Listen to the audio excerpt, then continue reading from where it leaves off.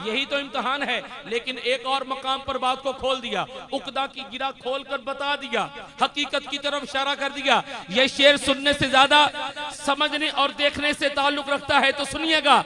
सैयद आला हज़रत ने एक और मकाम पर कहा कि उस शाह के रोजा सजदा में सुए हरम झुके, उस शाह के रोजा सजदा में सुए हरम झुके।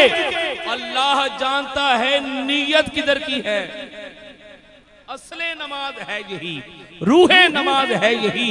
मैं तेरे रूबरू रहूं, तू मेरे रूबरू रहे। अस्सलामु अलैका अय्युहन नबी। असले नमाज है यही, रूहे नमाज है यही।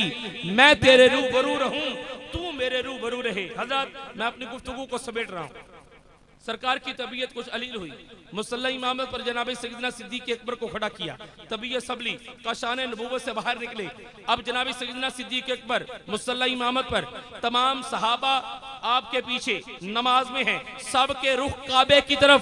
सरकार तशरीफ लाए, तमाम सहाबा ने काबे से रुख फेरा और सरकार की तरफ कर लिया। क्यों जानते हैं क्या? कि असले नमाज है यही, आए रूहे नमाज है यही। उस वक्त अपनी जुबान हाल से यही कहा होगा कि दुनिया की जरूरत नहीं, बस यार जरूरी है। दुनिया की जरूरत नहीं, बस यार जरूरी है।